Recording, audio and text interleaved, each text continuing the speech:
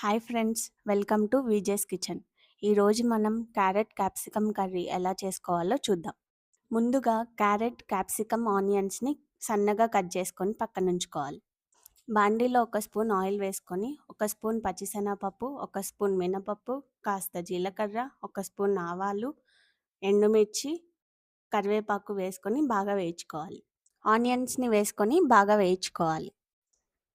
Cut చేసుకున్న carrot, capsicum కూడా వేసుకొని బాగా కలుపుకోవాలి. ఇందులో చిటికెడు పసుపు, తగినంత ఉప్పు వేసుకొని బాగా కలుపుకొని మూత పెట్టుకొని మగ్గించుకోవాలి.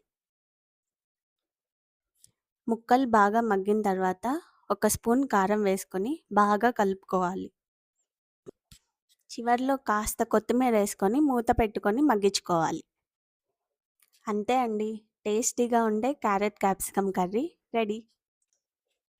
ఈ కర్రీ చపాతీల్లో కానీ ప్లెయిన్ రైస్లో కానీ చాలా బాగుంటుంది. మరిన్ని ఇంట్రెస్టింగ్ వీడియోల కోసం ఛానల్ని సబ్స్క్రైబ్ చేసుకోండి.